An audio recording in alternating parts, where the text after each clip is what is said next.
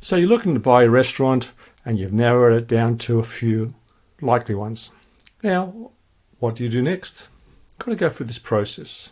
Buying a restaurant is a little bit of hard work. Doing it right increases your chances of being successful. Firstly, look at the location. The ones you've looked at, the ones you've narrowed it down to. What's surrounding areas? Does it look nice, pleasant? It's inviting, good vibe, that sort of thing.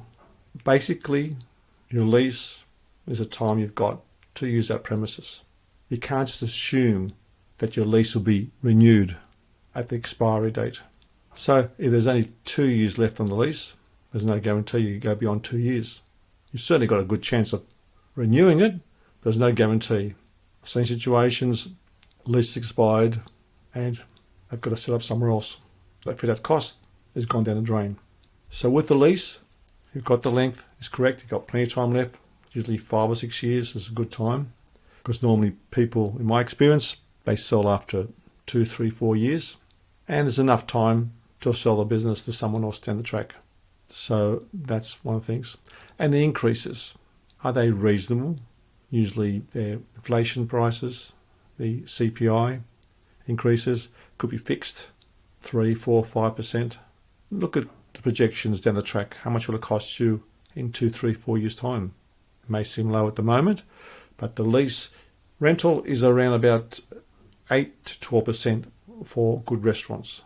Now, you may increase the turnover to make it less, but I've seen restaurants selling at 20% as a percentage of the total sales of the rent, which makes it very hard to make a profit.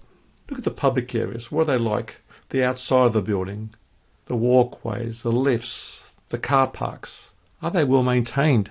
Does it look like the landlord's looking after the place? Have a walk around. Maybe ask a few other tenants there. They'll tell you quickly. Are there vacancies in the building? Does it look like it's been vacant for a while? What sort of other tenants are there? Pick up all these hints. Have they got a good, strong database? Do they maintain a database? Are they utilising their database? What is it like? Well, basically, it's your business, your customers. If you can utilise a database, existing database, you can market to them and keep repeating customers. How long has a restaurant been working for? Has it been established only 1 or 2 years? 5 years? 10 years? How's the growth been? The sales have been slowly climbing up, flat, or going down? They indicate there's no reason why you can ask for the last 2, 3 years of balance sheets, tax records, that sort of thing, to verify the figures are given you. Don't just assume the figures are correct. You've got to verify them. Maybe ask for register readings. Coincide with your profit and loss account. What's the skill level required? Do they rely on a quality chef? Is their menu very complex? Now, if you've got to hire a big chef, expensive chef, they might leave. What happens when they leave? How hard is it to replace them? Look at these things. Look at the size of the restaurant. You make plans of that, okay, you're a better marketer, you're a better manager, owner, and you possibly look at expand. Is there room for expansion? Is there contraction if you need to? Is there possibilities of subleasing part of it if you have to? Is there possibilities of leasing more space next door? Doesn't always happen, but it's worthwhile considering if you can. Have a walk around. Is there new competition in the area? What are they like? Are they doing the job properly? How are they succeeding if they are good? Might make it more difficult for you. It may enhance your business as well too. Look at these things. It's important. Look at possible changes to the area. Are there new zonings in the area?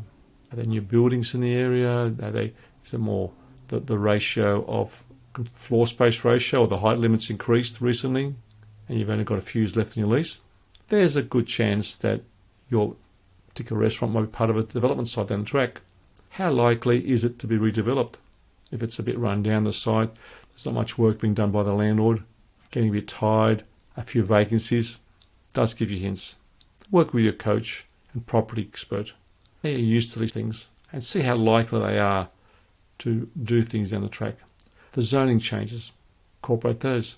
What's happening with the zone changes? Maybe you've seen other new developers down the road, larger, higher, possibly new restaurants coming up. Have a look at their website. Have they got a good website? Is it picking up a lot of customers? What are the inquiries? What's the traffic like? Is it increasing or decreasing? How are people finding them? Can you improve on it? Most likely you can. How can you improve on it? Work with a digital marketer. What other marketing are they doing? Have they got a good Facebook page? Have they got YouTube videos, Instagram, that sort of thing? How often are they putting up new articles on there, new videos, new postings? Are they getting customers from it? Are they advertising on the business side of things like Facebook business? What's their return on average spend? Are they spending a certain amount of money to get a certain amount of turnover? Is it positive? Are they just throwing money around? Check their records. There's ways of checking what advertising they've done on Google or Facebook. Get your digital marketer or coach to look out for you. See what they're doing and see if it's worked. Has it corresponded with increased traffic levels? Is it reflected in their sales figures as well too? Check them out. What's the demographics in the area? Is it suiting your typical client you're going to serve? Who's there at the moment? Maybe are they families? Are they more professionals? Are they wealthier type people? Have a look around. Check it out. It shows you, gives you hints if it's going to grow down the track or not. Next, is the owner willing to stay on? Maybe they are not.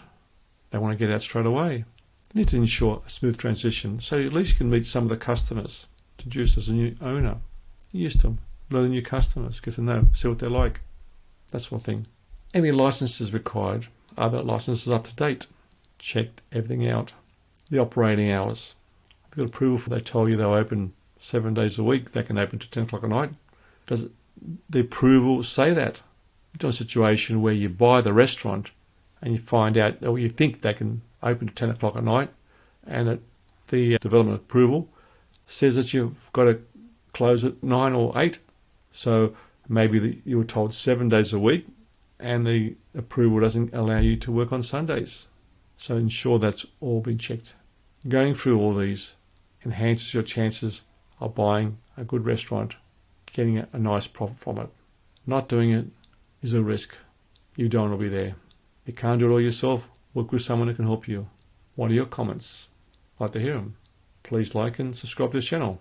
This is Tastzidis from Best Restaurant Results.